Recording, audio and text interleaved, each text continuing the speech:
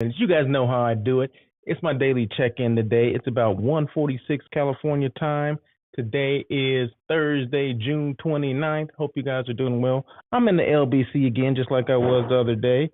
So I do appreciate you guys, tuning in when you do tune in. I appreciate that.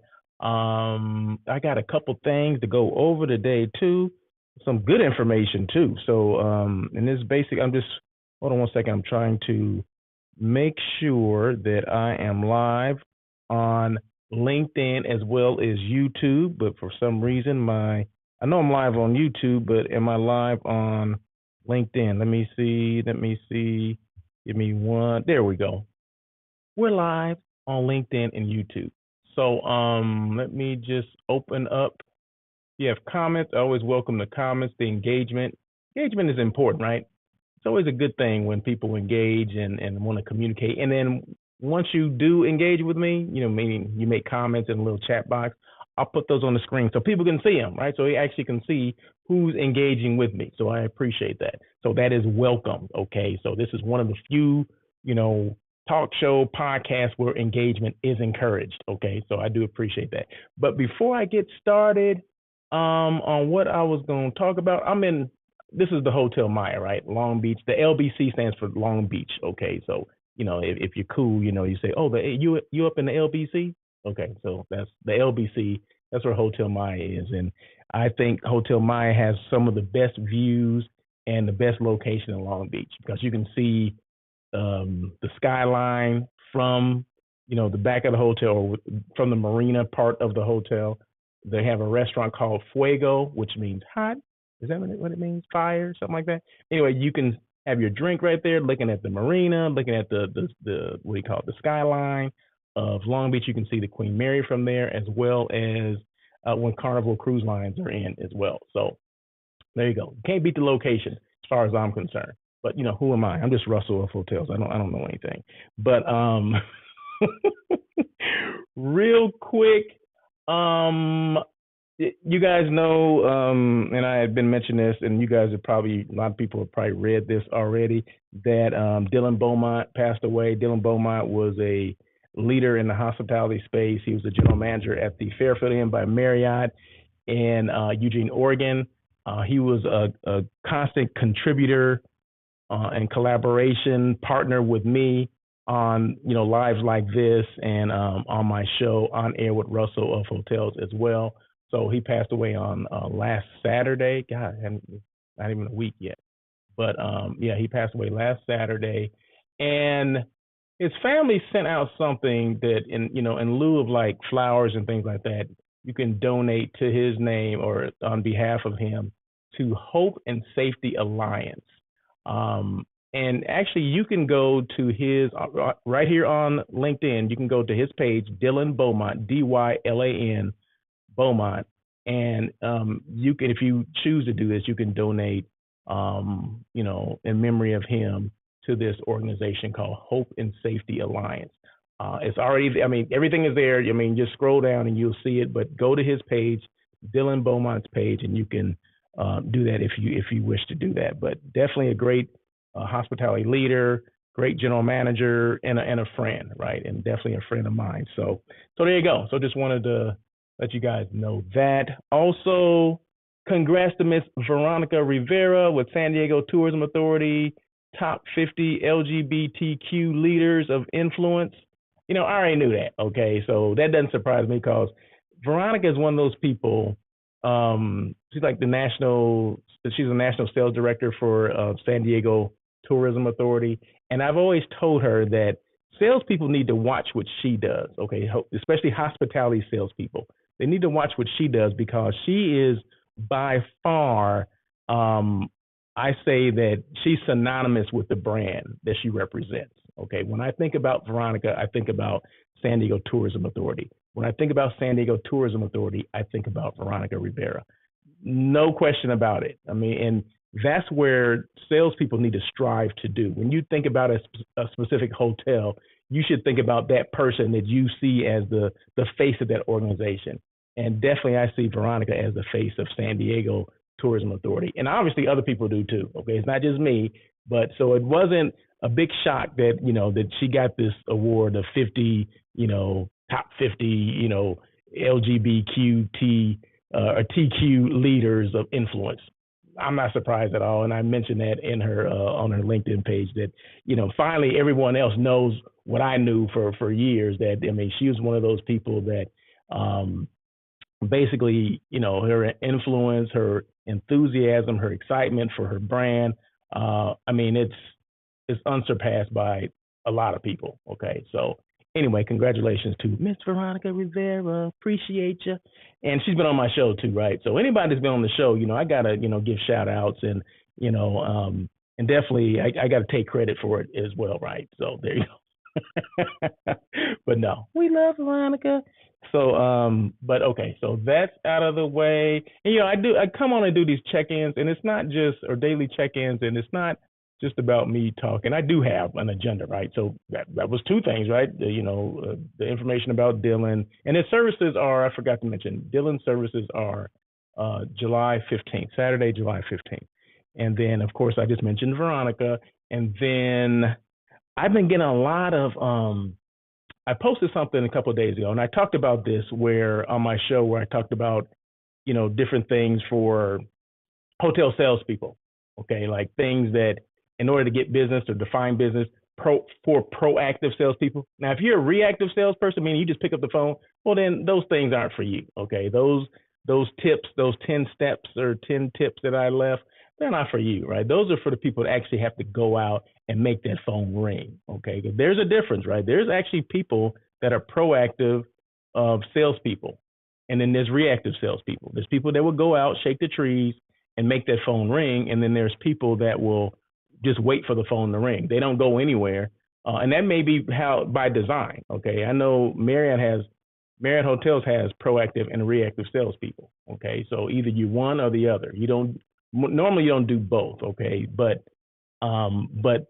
people like at independent hotels, you got to do everything, right? So you got to be proactive and you got to be reactive. So that's for those people. Okay, it's for the people that have to do both things. They have to go out and shake the trees, and then they got to go back and get the phone calls and, make sure all that stuff happens as well. So, but I want to thank everyone for, people have been chiming in, people have been liking it, people have been commenting on it. And that's all this stuff is from my experience, right? I don't just make up stuff on the fly.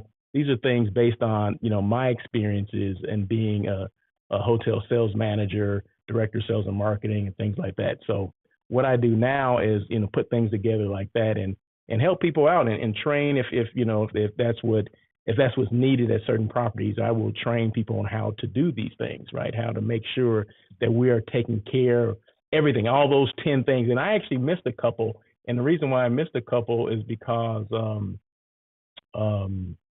didn't have enough, characters. You can only do so many characters, and I got cut off. LinkedIn cuts you off. So I was only to put 10 of them, but I think I have about 12, and I'll just share those with you. Prime selling time, okay? Prime selling time is from the hours of 9 a.m. and 4 p.m., okay? That should be your prime selling time. You shouldn't be in meetings during those times. You should be taking care of the client. You should be trying to find business. You should be out there. You should be taking care of clients that are coming in. Anything client related, you should be out to lunch with them. You should be taking whatever. You need to be in front of clients, on the phone with, emailing, receiving information from, breaking bread with. Those are the things you need to be doing with clients during those times, 9 to 4. Of course, you got to throw lunch in there too, for yourself, right? So, but 9 to 4, those are the times that you should be not in meetings, because I don't know the last time, and I'm going back to my experiences when I worked in hotels, when I worked on property. I don't ever remember being in a meeting as a sales manager and booking any business in a meeting. Has anybody ever done that?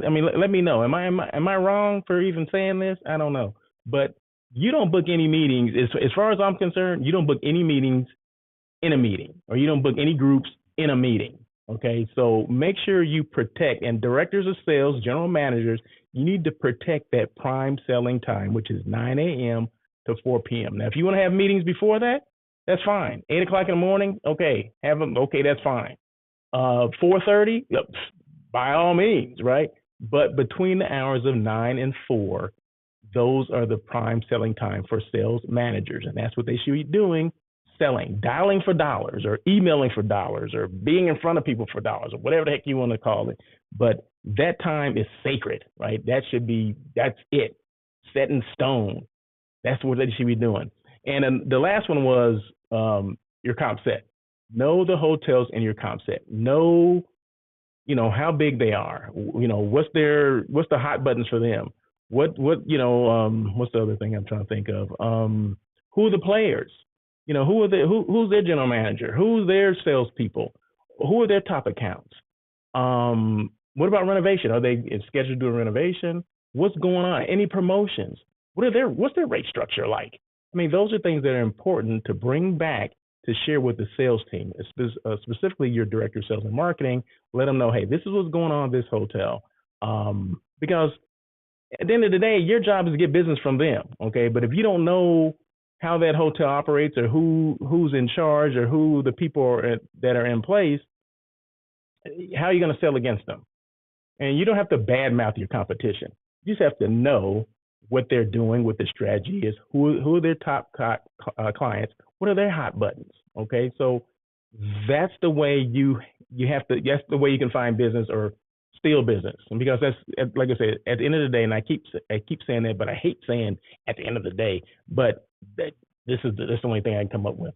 At the end of the day, your job is to find business. And if it's from your competition, then so be it, okay?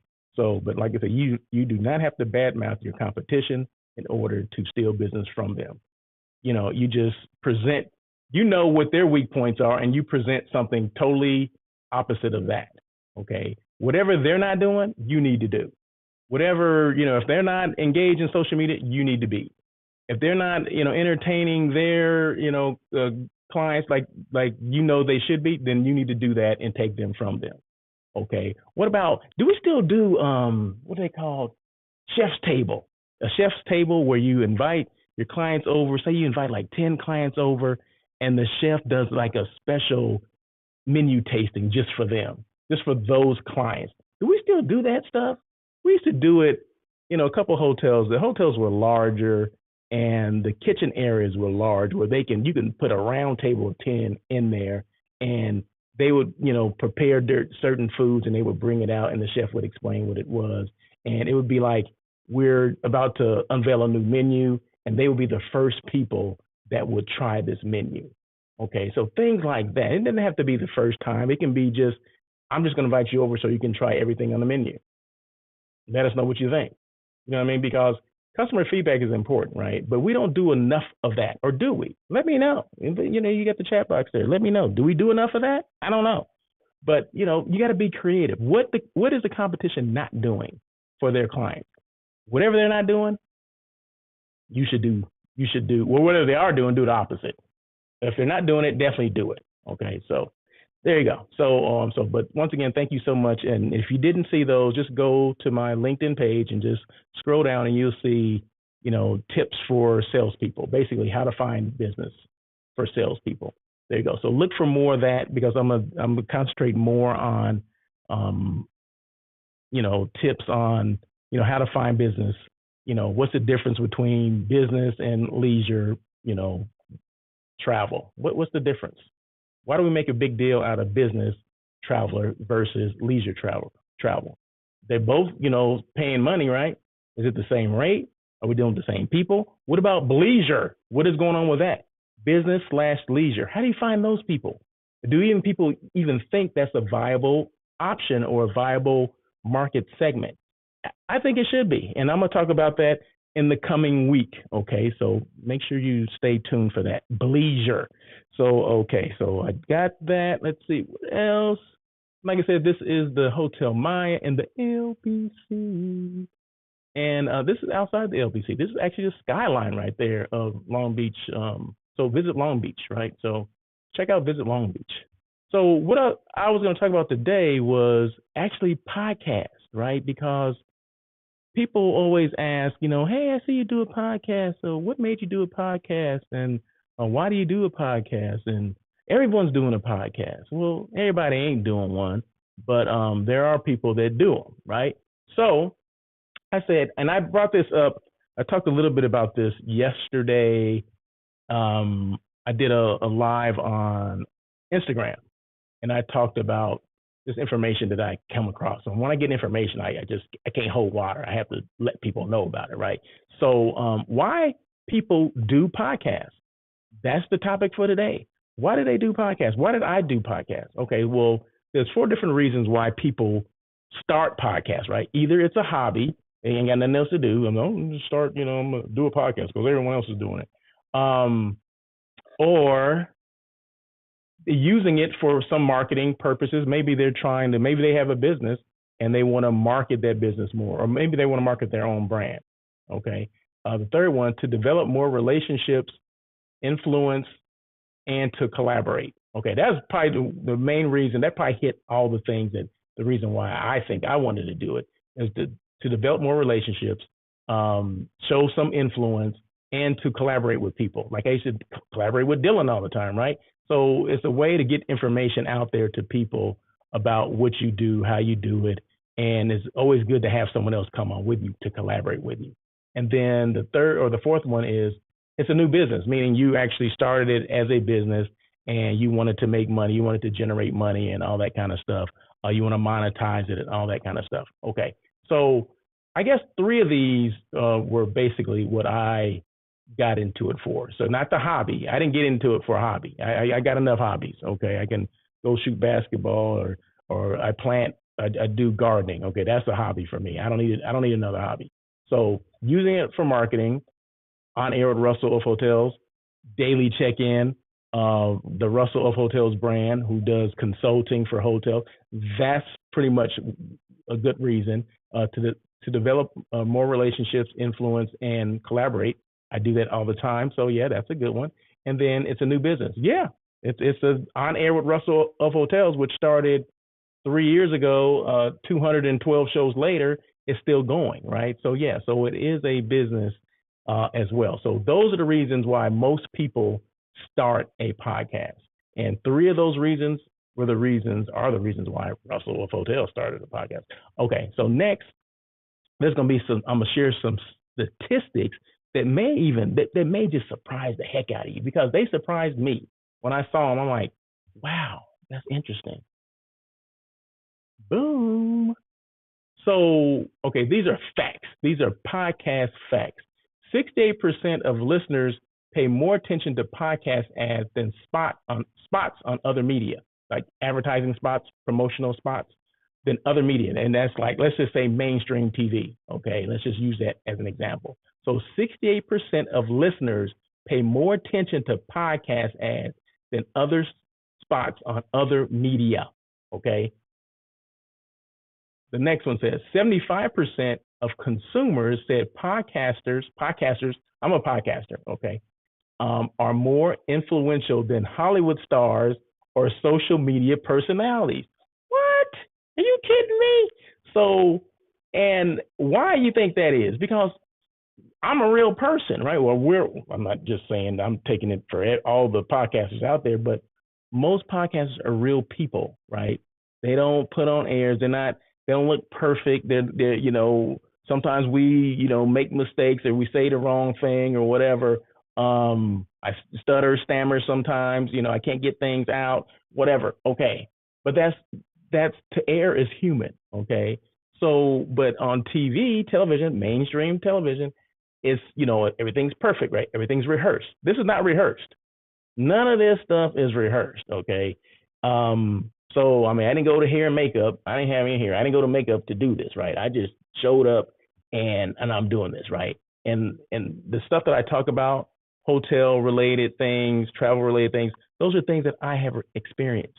Okay. Those are things that come from whatever 25 to 30 years of experience in the hospitality industry, specifically hotels, 14 different hotels, various different positions. Started off as a housekeeping manager, became a general manager, was a director of sales and marketing, and everything along the way, front office, worked at, I was a clerk, but as a manager though, but that was just part of the training, right? So, I had to work in PBX. I had to do all those different things as far as as part of my training. That's just what you had to do, right? And housekeeping, the same thing, right? I had to clean, in order for you to be a manager, you had to be able to clean 18 rooms. And that was for a week, right? 18 rooms for like 5 days, right? I'm like, dang.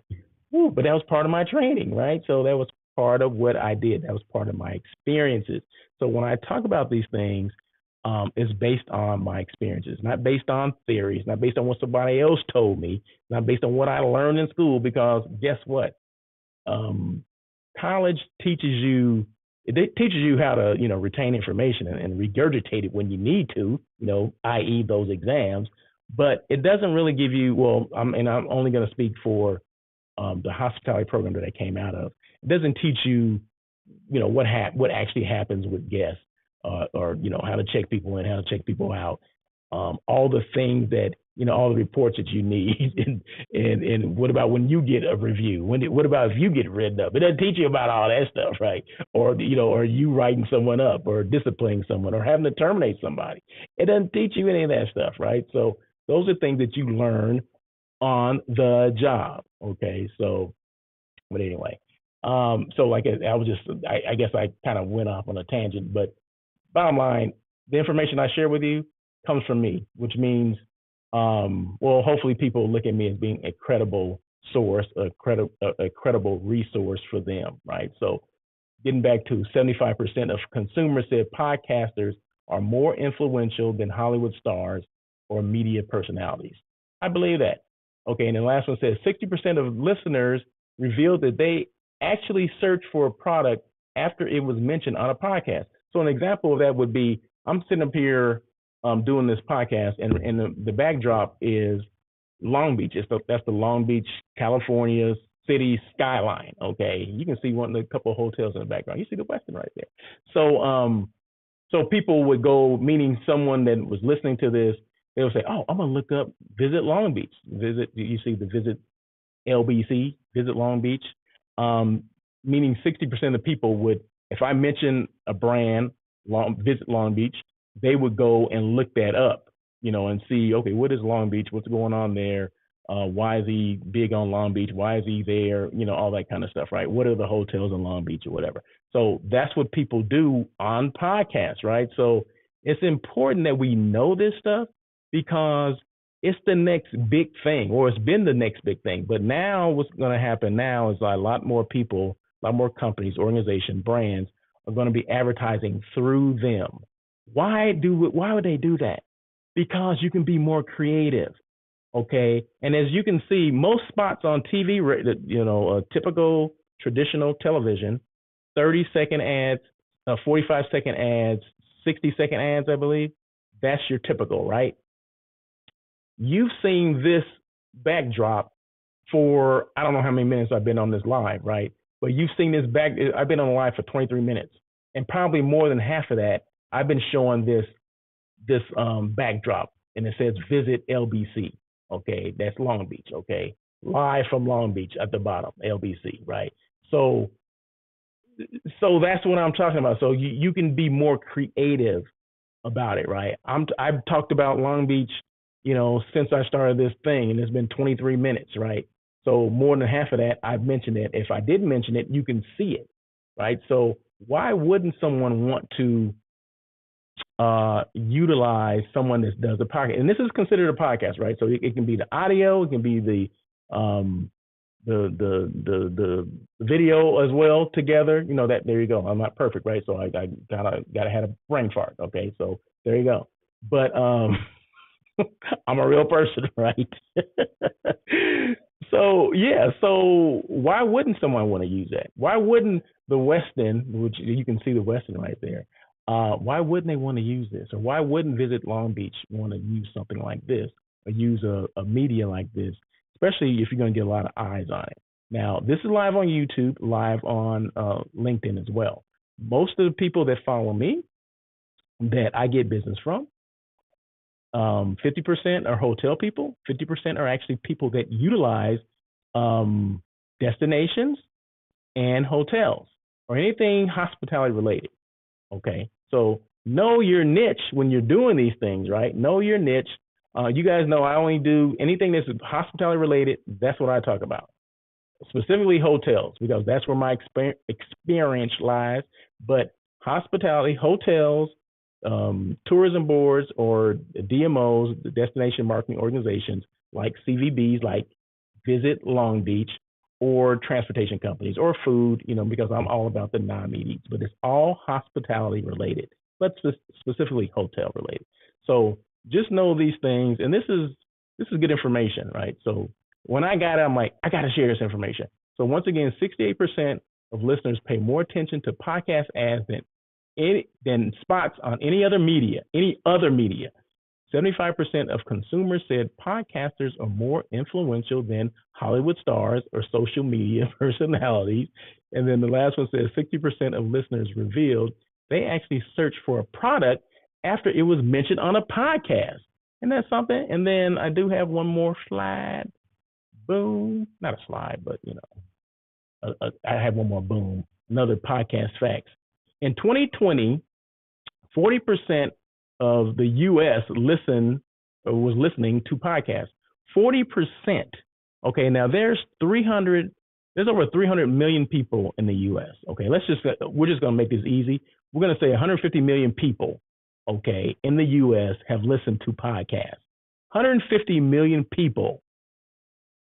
Okay, so that's 40% in 2020. Now is 50%. Okay, so moving on to 2023, 50% of people listen. So roughly 150 million people listen to podcasts. So why wouldn't you want to reach those people, right? Of course, they don't listen to every podcast, and it's not just one podcast. It can be multiple podcasts. And remember this, I always make sure I tell people, because you always get this, there's like 3 million people that do podcasts.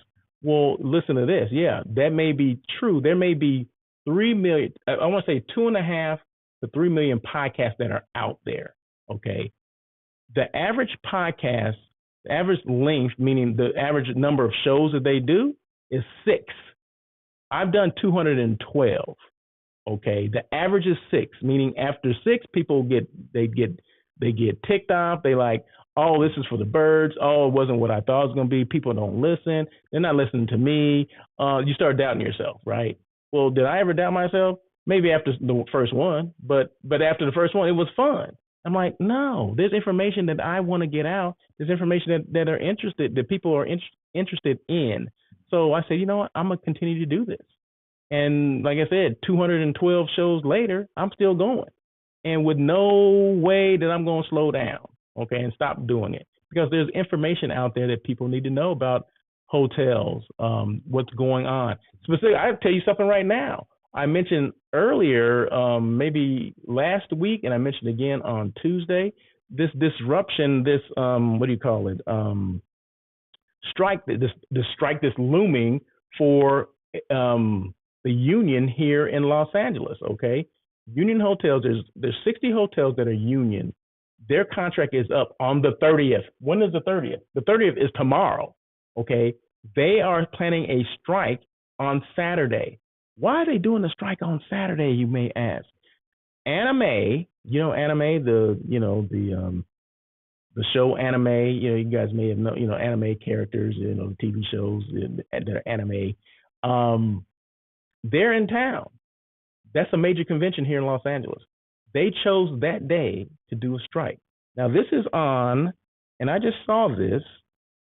I've been talking about this because I have my ears to the ground, right? So I already knew this was happening, but now it's in print. So I follow meeting news, right? So this is June 29th. This is today. This came out this morning.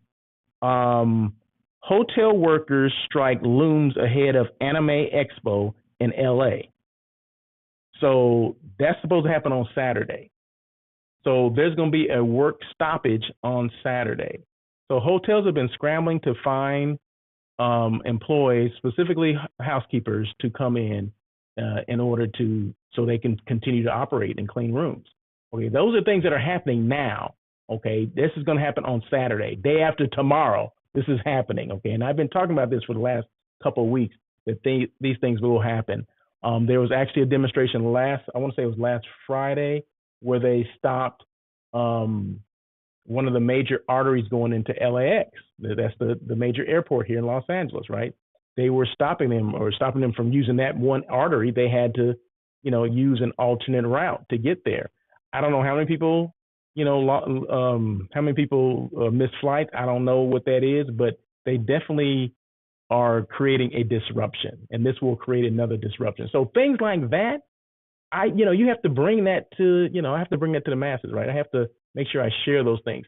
And I do these daily check-ins every single day, Monday through Friday, right? So I want to make sure that I keep up with that. So with just that information, I'm going to continue to do this, right? So if people are looking like, well, how long is he going to be doing this? I'm going to be doing this forever. As long as I can, as long as I can breathe, I'm going to be doing these podcasts, right? So, but anyway, so these are facts. Please go back and look at that. This is not going anywhere. This is going to be there. I'll follow up with some more information as well.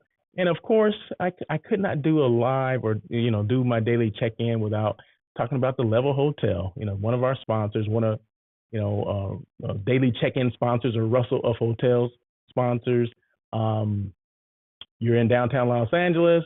It's a non-union hotel, right? So, but anyway, stayinglevel.com. And just use the promo code ROH23. Once again, stayinglevel.com is their website. But always book direct, right? No matter where you stay, make sure you book direct. You're going to get the best rates when you book direct. Book direct. I can't even speak. Book direct. Direct or direct? Whatever. You know what I'm talking about. Level Hotel. This one's located on South Olive. They're offering that Russell of Hotels rate. In fact, they're the first hotel to offer that Russell of Hotels rate. Once again, ROH 23, and that'll get you the rate that I would get. Okay. So anyway, one more thing. This is it. So this is the live from Long Beach. This is the skyline right there. So you can see kind of a panoramic view of where I am. You'll see the Queen Mary. You see the Carnival Cruise Line. And then you'll see the dock for there's boats right there, as well as you can rent jet skis for the day. I didn't even know that, but I found that out. And this is where the Hotel Mai is. So there you go. So thank you guys so much. I appreciate you guys, rolling with me, joining with me for a couple of minutes. And you guys have a great day. Rest of your day. And I'll do this again tomorrow.